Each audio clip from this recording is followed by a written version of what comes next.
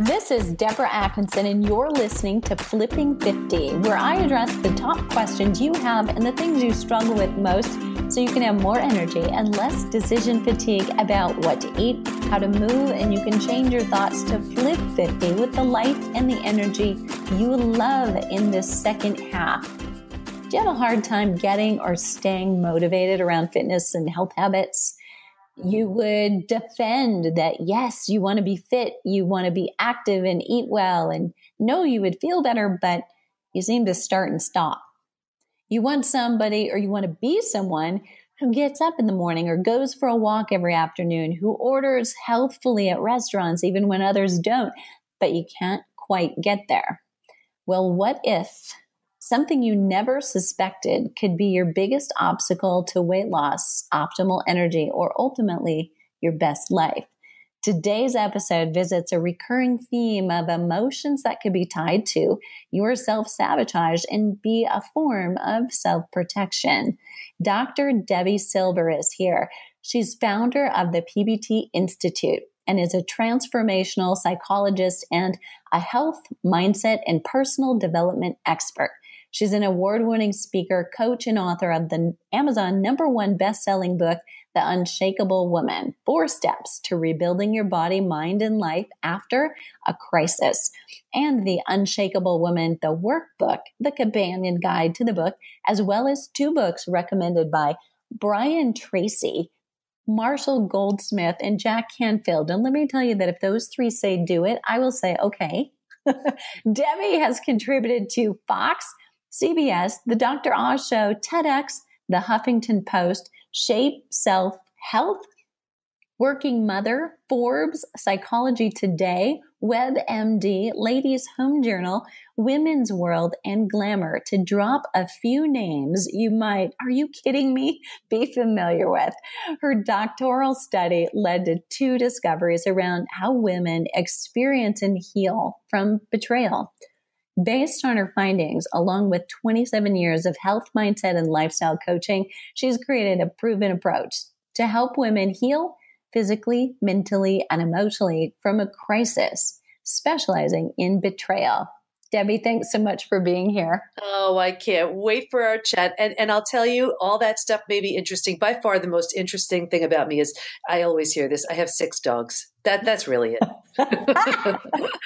I'm glad we got there. We can probably go now. Okay. That's it. I want to kind of dive into this from a unique angle, because our topic today is really from a unique angle. And so for listeners, I'm going to borrow some of your words. I'm going to read them to them. So listeners, you'll have a really good idea of where we're coming from and how we're circling the wagons here. So here we go. When we trust someone, we believe we can be vulnerable. We're loved, protected, and valued and safe. We believe the other person has the same values, beliefs, and level of integrity that we have. We believe that they're honoring the same agreement, sharing the same priorities, and living by the same rules. And we believe those we've given our trust to would never do anything to violate that sacred contract until they do. This is the powerful and the painful process of betrayal. And actually, I have to tell you, I got chills reading that. So talk to me a little bit about this, because reading through that, I did this as practice. I usually do, so I don't stumble over my words. Believe it or not, audience, they've heard me stumble. But I had the same feeling. So I would imagine a lot of listeners have felt some form of this kind of betrayal. But for you, was it personal before it was professional? Oh, absolutely. And here's the thing. When it comes to betrayal, first of all, we're never betrayed by someone we don't know. It's the people we're closest to. And that's why it's such a shock. It's, here we are. trusting this person. And the more we trusted and were dependent upon the person, the bigger the betrayal. So for example, a child who's completely dependent on their parent and the parent does something awful, well, that's going to have a bigger consequence and impact than, let's say, a coworker taking credit for your idea. Still a betrayal, but much different impact. So the way it was for me was, first, there was a big family betrayal. And you know how the universe works. You didn't get the lesson you were supposed to learn from that one, so you get another opportunity. Well, I did. And it was in the form of my husband. And that just absolutely blindsided me, devastated me. And anybody who's been betrayed knows that feeling. You feel like you've been punched in the gut. The wind has been knocked out of you, like someone just pulled a mask off and you just didn't see it coming. But I needed to understand. I love to make sense and make meaning out of whatever I'm going through by learning and reading and just trying to understand something. So it catapulted me into this PhD program in transpersonal psychology. That's the psychology of transformation and human potential. And I needed to understand how the mind works and why we do what we do and how I could heal. And while I was there, I did a study on how women specifically experience betrayal, what holds them back, what helps them heal. And I went, it was so incredible because while we were going through it, I purposely decided I didn't want to just interview or just have a clipboard and sort of get to know the masses. I wanted a deep dive. I wanted to know the lived experience of fewer women just to really know how it impacted them on every single level. And what came out of this was actually there were 3 discoveries. One was you can stay stuck for years, decades, a lifetime. But if you're going to heal, you're going to go through 5 proven and predictable stages. The second one was that there's a collection of symptoms so common to betrayal, it's become known as post-betrayal syndrome. And we could talk about that too.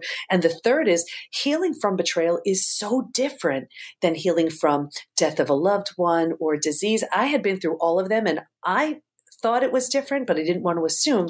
I brought it back out to my study participants, and sure enough, they all agreed it was so different. So instead of studying something originally, I was studying something called post-traumatic growth, which is like the upside, the benefit, what you gain from that trauma. And but this was so different, so it needed a new name. So I coined a new term: post-betrayal transformation. Wow, so much here to wrap our minds around. So let's start with, what is post-betrayal syndrome and how do we know if we have it? There's this collection of symptoms, physical, mental, and emotional. And I just saw it from every single study participant. They would have this certain, it would show up time and time again at different stages. And so we just kept taking notes and writing it all down. And this one had it, and that one had it, and the other one had it. And so now there's a quiz for it, which is just right at my site, pbtinstitute.com/quiz. But for example, it would be things like extreme exhaustion. For most participants, gut issues, brain fog, overwhelm, an apprehension to trust again. You want to move forward, but you don't know how. So even in taking the questions, it's very telling because you're going to see exactly to what extent these things are still showing up. And the great thing that happened in the study too was now we know what happens at every one of those stages and what it takes to move physically, mentally, and emotionally from one to the next.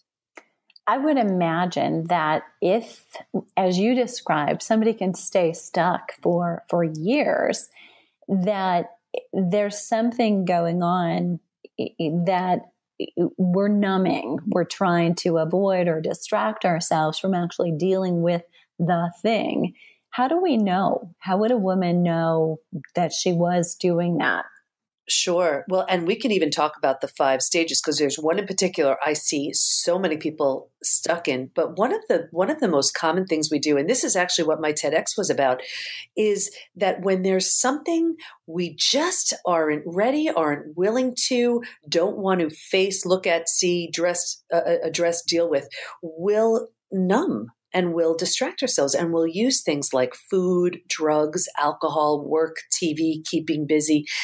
anything to desperately distract ourselves from ourselves. But what happens is, there comes this time where what used to work isn't working anymore. Or what used to feel good doesn't feel good anymore. What used to make sense doesn't make sense anymore.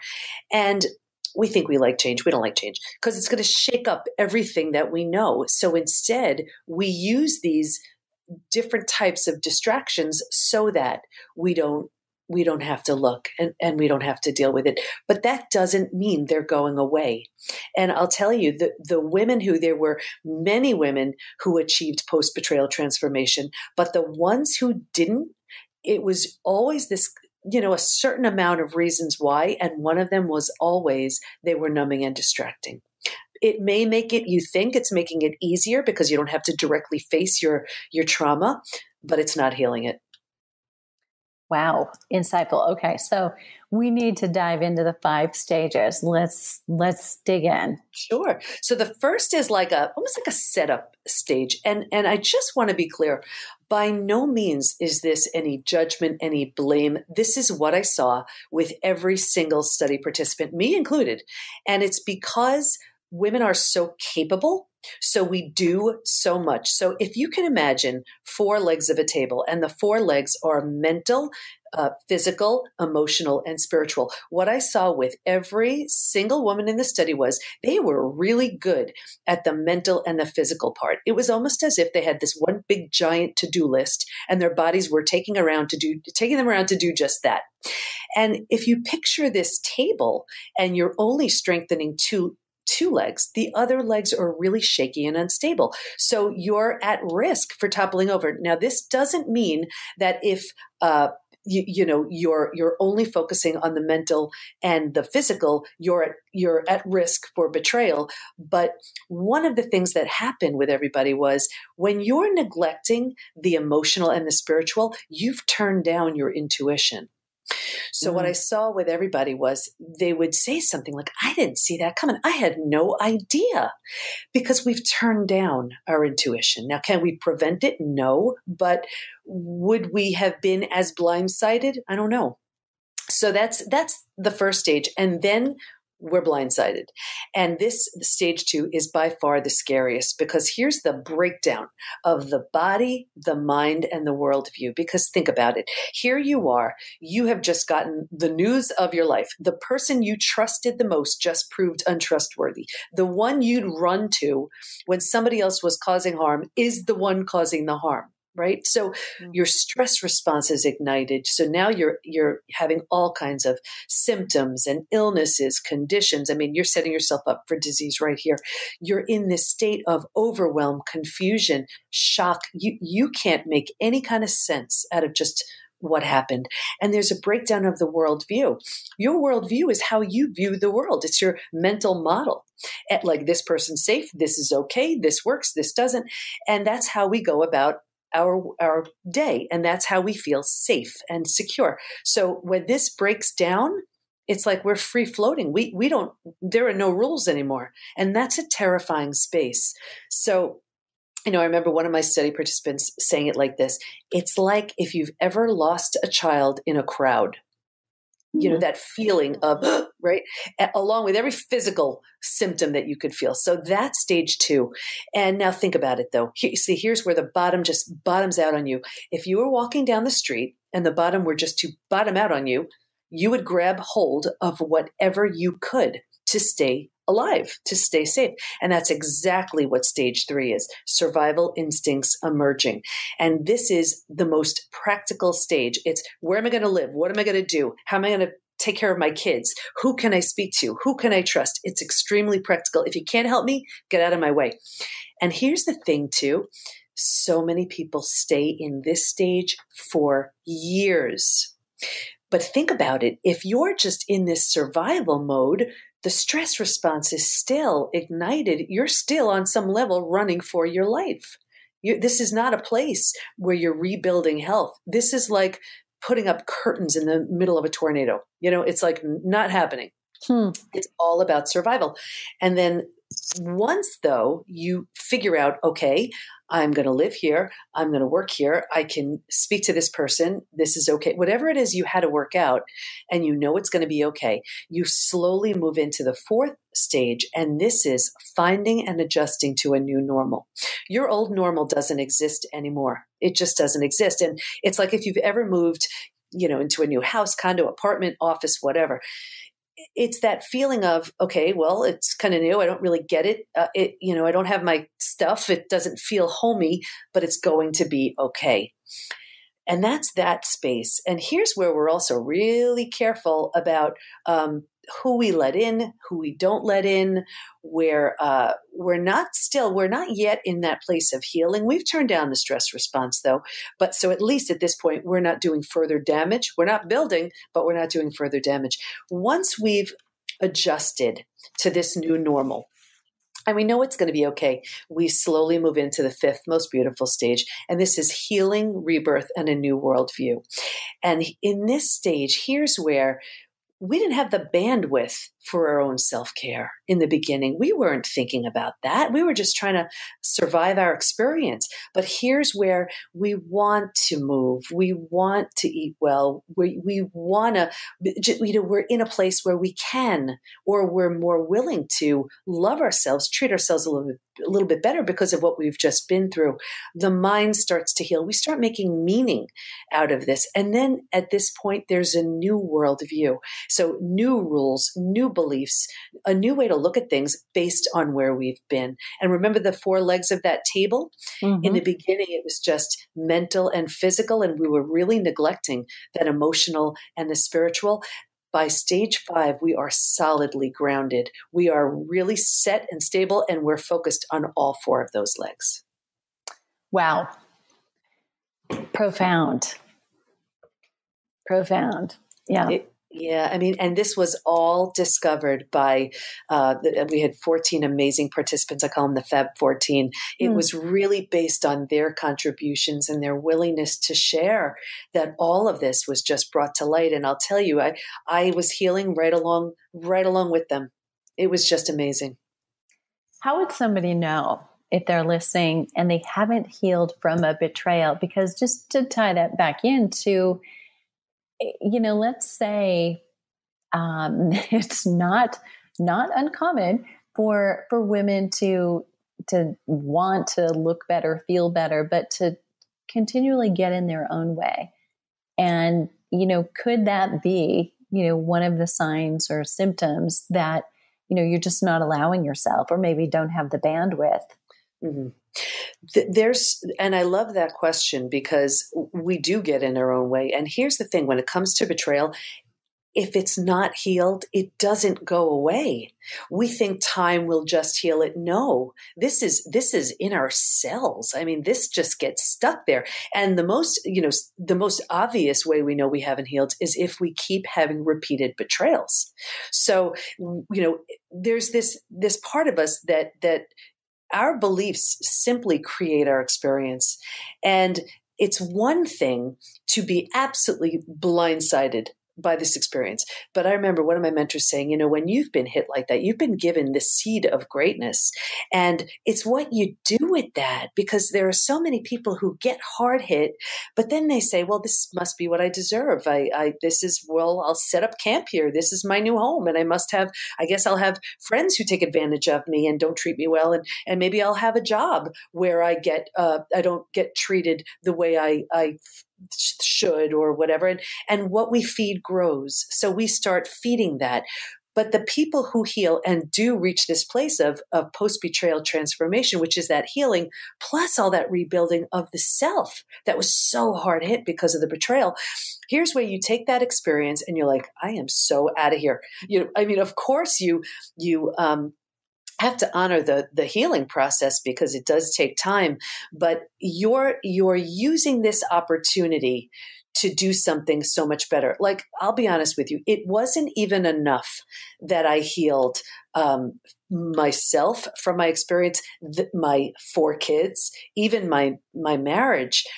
I needed to know, if I'm going to go through this, if I'm going to heal this, then I'm going to help as many women as possible. So, we created the PBT Institute and the 6-week program and certification programs to help, people to allow these women to become these certified PBT hosts and practitioners. So, that's where you're doing something good with something really bad. And I'll tell you, selfishly, it accelerates your healing. And the hosts that I have, they say, Debbie, every time I teach a class, it helps me heal. So there's such benefit of taking that traumatic experience, healing from it, and just using what you've learned to, whether it's pay it forward, serve in a bigger way, whatever it is. I love that. And so here's where my mind is going. So I'm going to try to unpack this gracefully. So help me along if I don't. Mm-hmm. Something you said about, if I'm going to heal this. And so I'm wondering a little bit if you're thinking, healing from the betrayal and or, staying in the marriage. Mm-hmm. They're two different things, aren't they? I mean, you have to heal either way. Mm-hmm. And there's no right or wrong. And I'll be totally honest. I was that woman who used to judge other women for staying. And I'll tell you, having the opportunity, because at first I got him out of the house, I had to absolutely figure out, okay, let me see what it's like to be a single mom. And if I want to do this and if I can do this, because I needed to know where I stood in all this and what I wanted. And I was transforming where the old me just no longer existed. And because it woke me up to say, wait, you know what? I deserve this. And I'm never settling for that. And I just felt this transformation. And my kids were saying, Mom, you don't get it. He's totally transforming.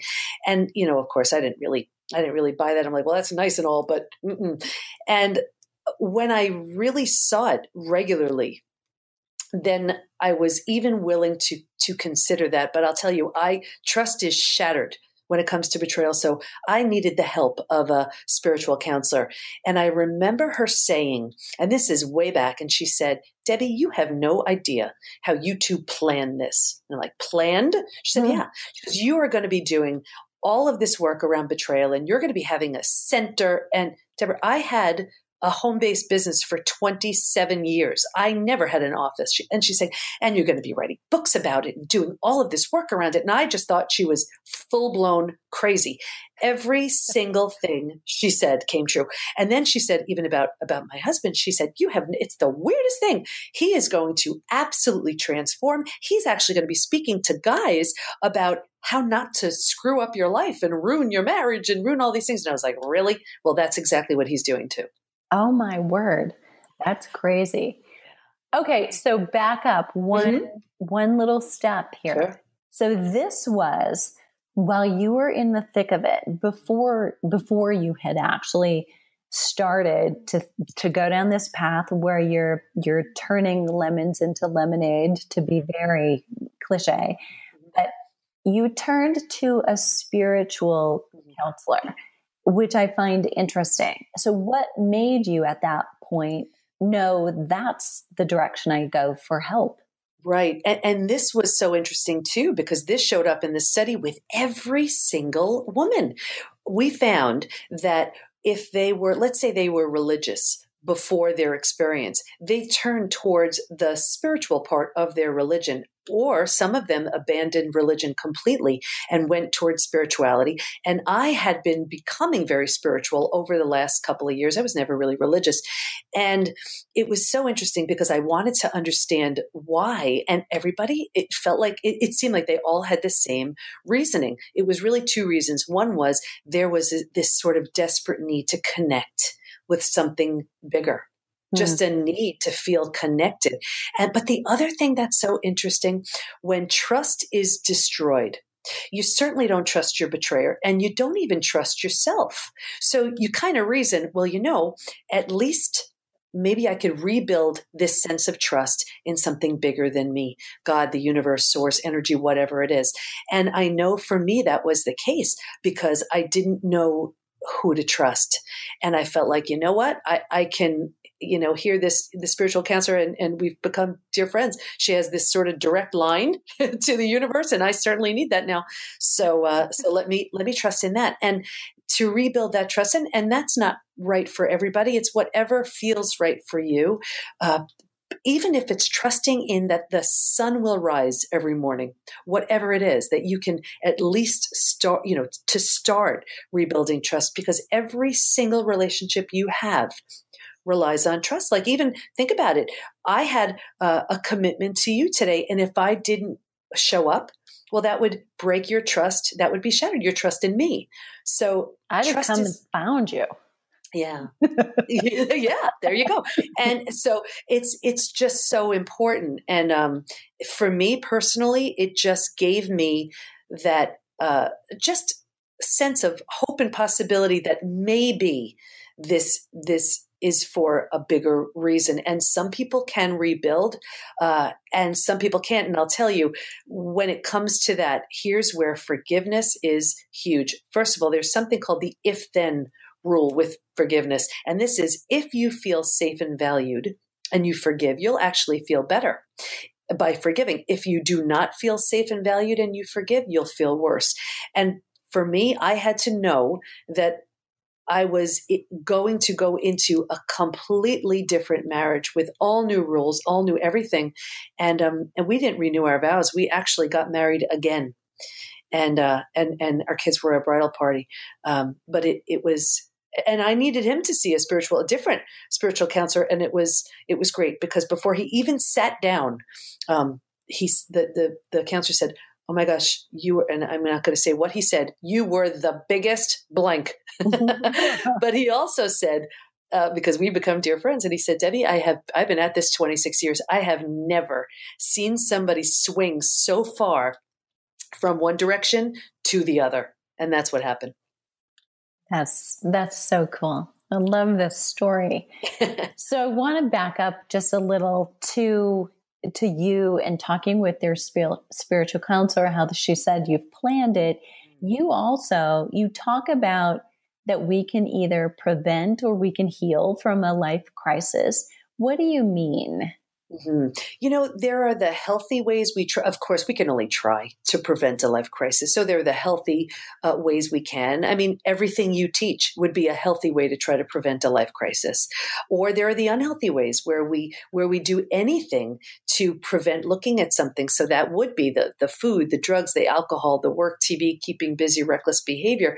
And we're doing all of those, and of course, those are the very things that can create the life crisis. But we're doing that so that we think we're preventing something by doing those things. But I actually have a few questions, and I would invite all of your listeners to ask themselves these questions to see if that's what they're doing. Do you want me to ask them? Yeah, I do. Sure.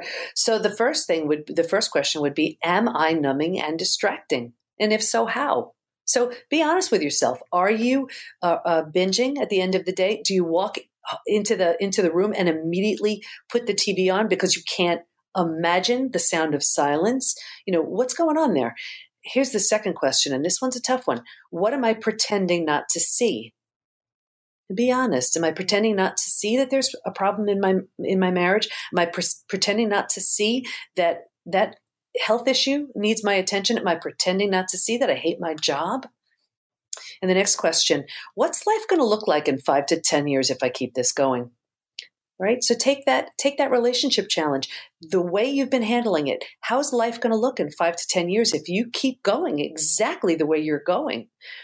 Or that health issue, keep denying, you're not paying attention to, you're not seeing whatever, doctor, therapist, healer you need to. What's going to happen with that in 5 to 10 years? Or in a job that you can't stand, keep that going another 5 to 10 years. What's that going to do?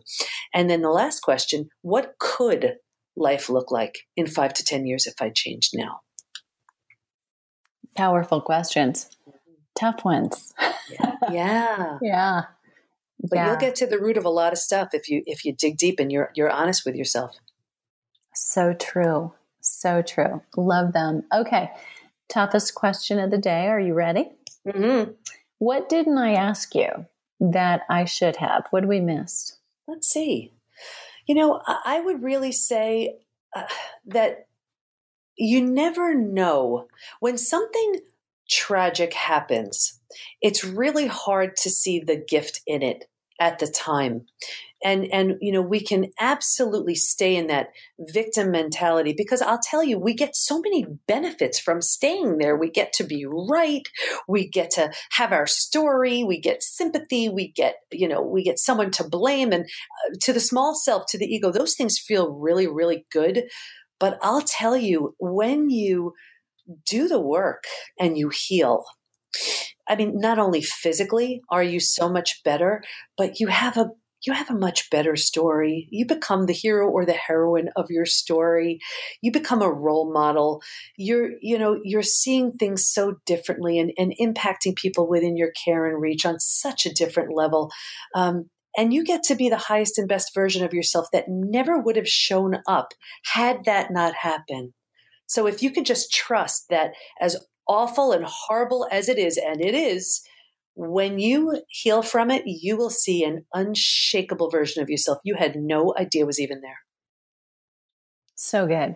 Thanks so much. That was a great last end note. But now tell listeners, where can they find that quiz? Let's make sure I've got this in the show notes. What's that URL? Sure. PBT, as in post-betrayal transformation. So pbtinstitute.com/quiz. Perfect. All right. So if you're walking, you're lifting, you're commuting, got you covered. This will be in the show notes, as well as ways that you can connect with Debbie on Facebook, Twitter, and YouTube.